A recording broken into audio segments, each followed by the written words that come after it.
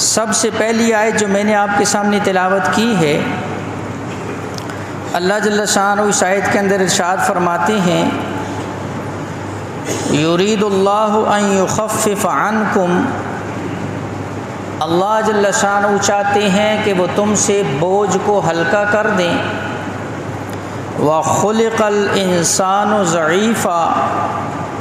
اور انسان فطری طور پر کمزور پیدا کیا گیا ہے۔ فطرتاً انسان کے اندر جو ہے وہ کمزوری پائی جاتی ہے۔ اب تخلیق کے اعتبار سے انسان چونکہ کمزور ہے، اس لیے جب اس کے اوپر کوئی تکلیف، پریشانی، مصیبت آتی ہے، یہ فوراً جزع فزع شروع کر دیتا ہے،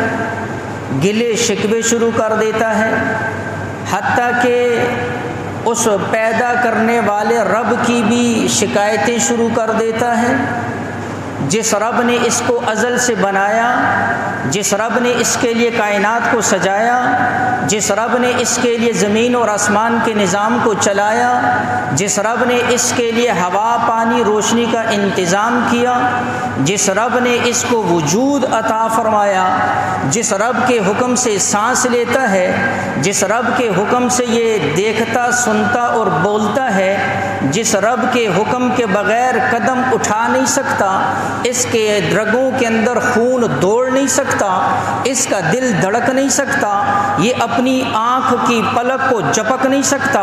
اس کی کانوں کی سنوائی، اس کی آنکھوں کی روشنی، اس کی زبان کا بولنا، اس کے ہاتھ کا پکڑنا، اس کے پاؤں کا چلنا،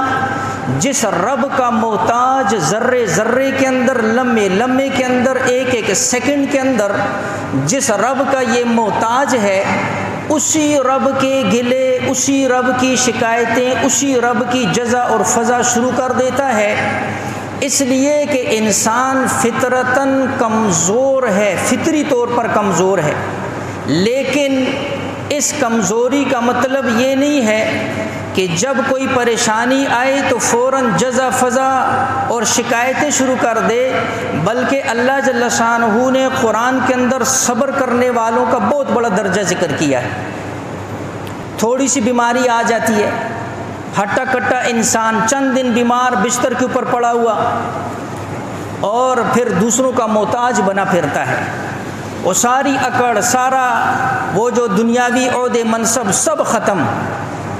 اور تھوڑی دیر کے اندر جو ہے نا جی پریشانی کے عالم کے اندر دوسروں کا محتاج۔ لہٰذا انسان جو ہے، اسی لیے فرمایا تکبر سخت قسم کی جو ہے اس سے منع۔ تاریخ مدینہ دمشق کتاب ہے، اس کے اندر جو ہے واقعہ لکھا ہوا ہے کہ امام ابن سماک رحمہ اللہ خلیفہ ہارون الرشید کے دربار کے اندر، اب خلیفہ کو پیاس لگی، پانی منگوایا، امام ابن سماک موجود، کہا حضرت پانی پینے سے پہلے ایک سوال۔ کیا سوال؟ کہا آپ ایک ایسی جگہ کے اوپر ہیں اور آپ کو سخت پیاس لگی ہوئی ہے اور اس ایک گلاس کے علاوہ کوئی پانی نہیں ہے، کیا قیمت ادا کریں گے؟ کہا آدھی سلطنت دے دوں گا ایک گلاس کے بدلے۔ کہا پی لیجئے۔ پانی پیا؟ کہا پانی پی لیا، یہ پانی آپ کے جسم سے نہ نکلے اور آپ کو اپنے جسم سے اخراج کے لیے، اس کا علاج کروانے کے لیے اگر قیمت ادا کرنی پڑے، کیا قیمت ادا کریں گے؟ کہا آدھی سلطنت دے دوں۔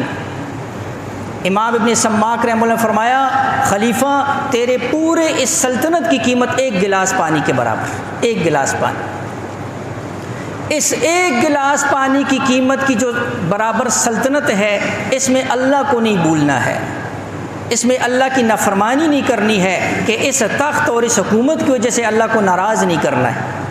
انسان کی کمزوری کو بتا رہا ہوں، یہ انسان کی کمزوری، یہ انسان کا حال ہے، ایک گلاس پینے کا محتاج، اور اگر وہ پیٹ کے اندر چلا جائے پھر اس کو نکالنے کا بھی محتاج۔